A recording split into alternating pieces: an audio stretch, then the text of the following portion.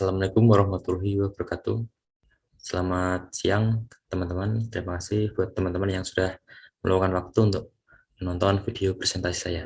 Dan pada kesempatan kali ini, saya akan mempresentasikan materi mengenai multimeter.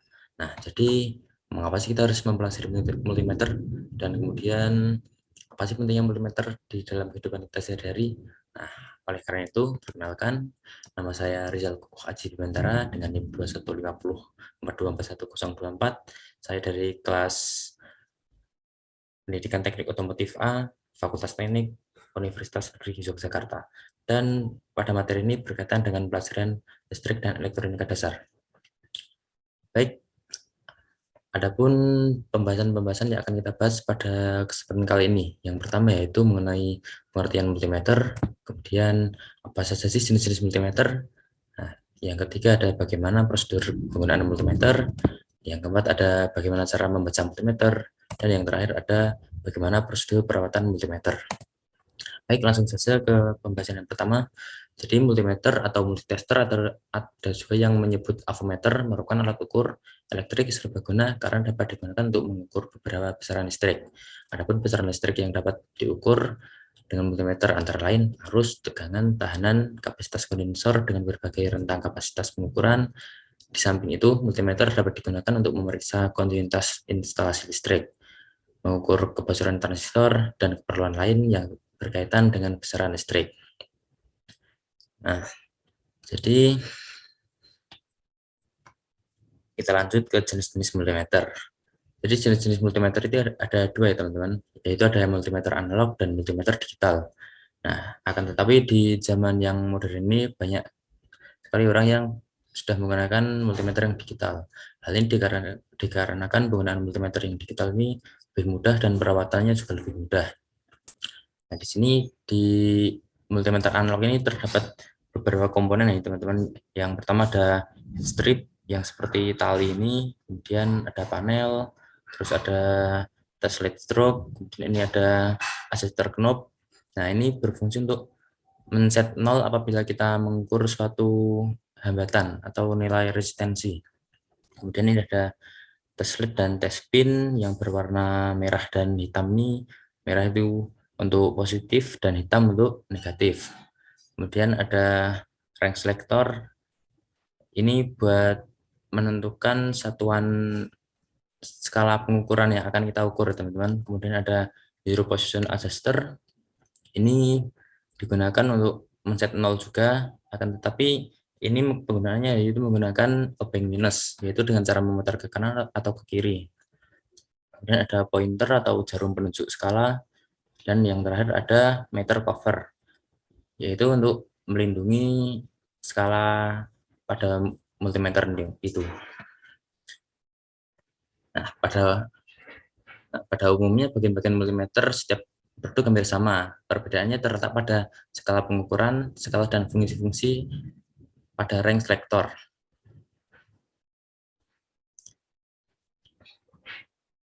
Kemudian kita memasuki prosedur penggunaan pengukuran multimeter. Seperti yang sudah saya sampaikan di awal tadi, yaitu multimeter digunakan untuk mengukur suatu tegangan, arus, dan tahanan. Nah, untuk pengukuran itu berbeda-beda teman-teman. Nah, misal ini untuk pengukuran tegangan.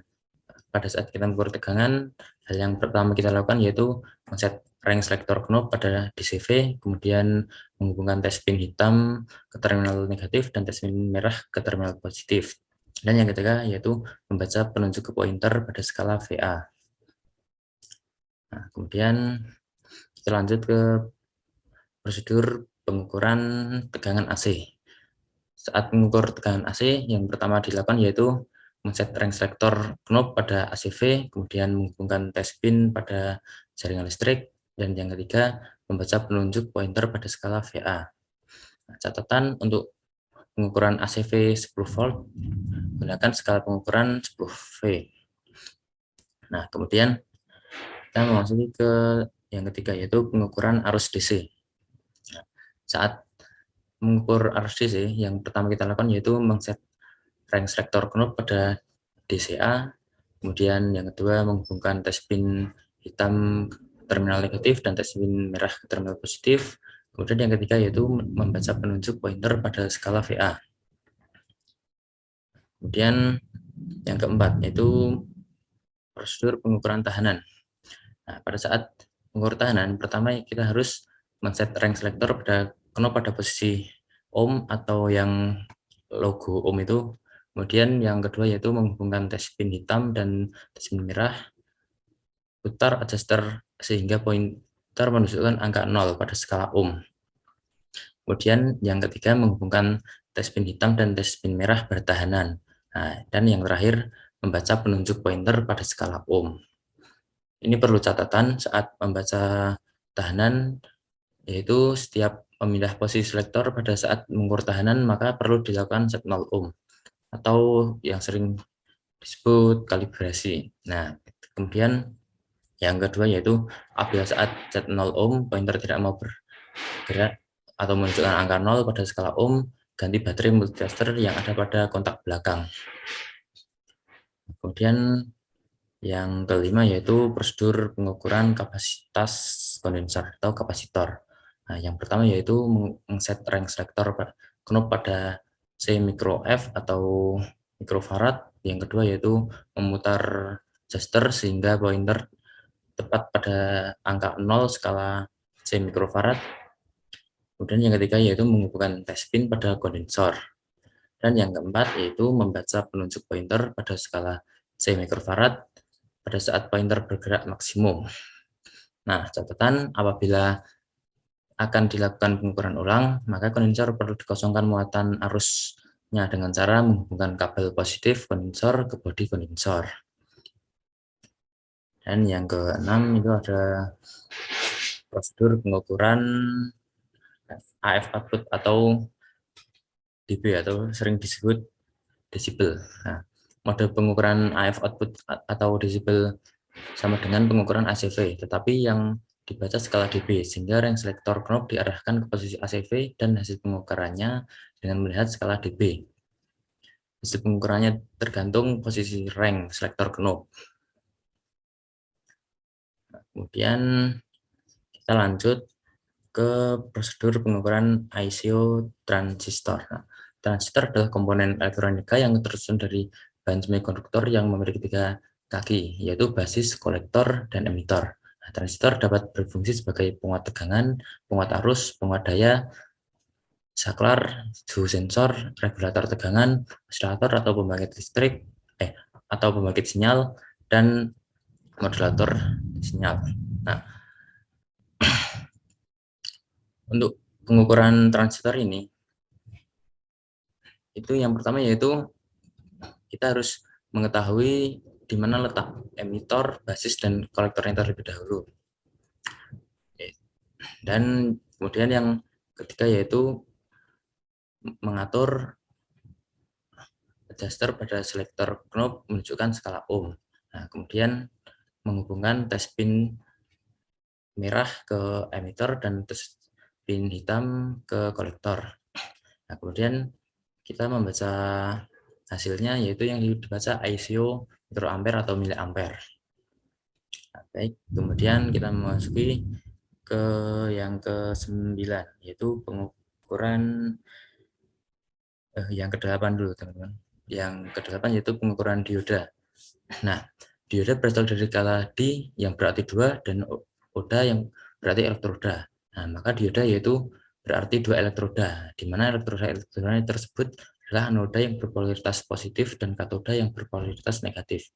Terdapat berbagai jenis dioda yang dibuat sesuai dengan fungsinya tanpa meninggalkan karakteristik dan spesifikasinya. Seperti dioda penyearah atau rectifier, dioda emisi cahaya atau LED, dioda Zener, dioda foto atau fotodioda, dan dioda vektor. Nah, dioda dapat diuji kondisinya secara sederhana dan ada beberapa cara pengujiannya, yaitu yang pertama pengujian dengan multimeter atau ohmmeter, yang kedua yaitu pengujian dengan continuous tester, yang ketiga pengujian dengan baterai dan plus lampu pijar, dan yang keempat yaitu ada pengujian dengan baterai plus loudspeaker. Nah, untuk pengujian dioda dengan ohmmeter dapat menggunakan multimeter yang prosedurnya yaitu yang pertama menempatkan ring selektor knob pada posisi ohm dengan skala rendah. Yang kedua yaitu menentukan terlebih dahulu elektroda, anoda, dan katoda dioda tersebut.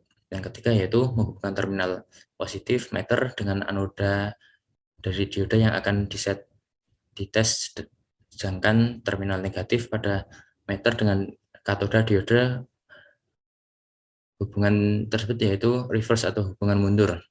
Nah, pada saat posisi tersebut, jika dioda masih baik, maka jarum meter tidak akan bergerak. Namun jika jarum bergerak, maka dapat dikatakan dioda tersebut terjadi hubung singkat.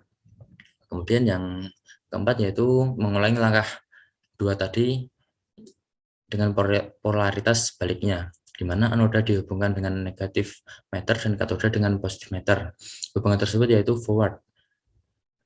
Pada posisi tersebut, jika dioda masih baik, maka jarum meter tidak bergerak. Namun jika jarum meter tidak bergerak, maka dapat dikatakan dioda putus. Nah, ya, kemudian kita memasuki ke prosedur pengukuran DC final. Nah, saat pengukuran DC final yang pertama kita lakukan yaitu menempatkan ring selektor knob pada plus negatif DC final. Kemudian yang kedua yaitu memutar adjuster sehingga pointer tepat pada angka 0. Yang ketiga menghubungkan tes pin hitam ke terminal negatif dan tes pin merah ke terminal positif. Nah, kemudian yang keempat yaitu membaca penunjukan pointer pada skala plus min DCV. Nah, baik, kemudian kita masuk. Nah, ini ada contoh soal ya teman-teman. Yang pertama yaitu ada ini posisi selektor menunjukkan ke DCV 50. Nah, kemudian ini kan di DCV ya teman-teman. Terus ini jarum menunjukkan ke angka 15. Nah, maka ini dibaca 15 DC volt. Kemudian yang kedua ini ada selektor menunjukkan ke angka 250. Kemudian jarum penunjuk menunjukkan ke angka antara 150 dan 200. Nah, ini dihitung ini ada berapa dan ini menunjukkan angka 175. Maka ini dapat dibaca yaitu arus ACV 175 volt. Kemudian ini ada yang contoh ketiga yaitu menunjukkan ke kali 1000 ohm. Nah, ini kan terus di jarumnya kan menunjukkan angka 20 ya nih. Nah, jadi tinggal 20 dikali 1000 ohm. Nah, maka hasilnya yaitu 20.000 ohm. Nah, itu cara pembacaan multimeter. Baik. Kemudian kita memasuki ke cara pemeliharaan multimeter. Nah, untuk pemeliharaan multimeter itu ada 5 ya teman-teman. Yang pertama yaitu jangan menempatkan multimeter di dalam medan magnetik yang kuat karena komponen dalam multimeter terdiri atas komponen elektronika yang sangat peka terhadap medan magnet. Kedua yaitu apabila mengukur besaran listrik yang tidak diketahui, mulailah dengan jangkauan yang terbesar sehingga sebagai contoh, apabila mengukur dengan sumber PLN yang tidak diketahui, maka selektor diarahkan ke ACV 750. Apabila pada posisi tersebut jarum tidak bergerak, maka selektor diarahkan ke posisi yang lebih rendah, misalnya ACV 250 dan seterusnya. Nah, kemudian yang ketiga yaitu jangan menempatkan multimeter di tengah terik matahari. Kemudian yang keempat ada jangan menempatkan multimeter di tempat yang bergetar, misalnya di engine stand yang sedang dihidupkan. Nah, kemudian yang terakhir yaitu jangan mencuci multimeter dengan cairan pelarut. Ini bukan hanya untuk pelarut juga sih, tapi juga jangan mencuci multimeter ya.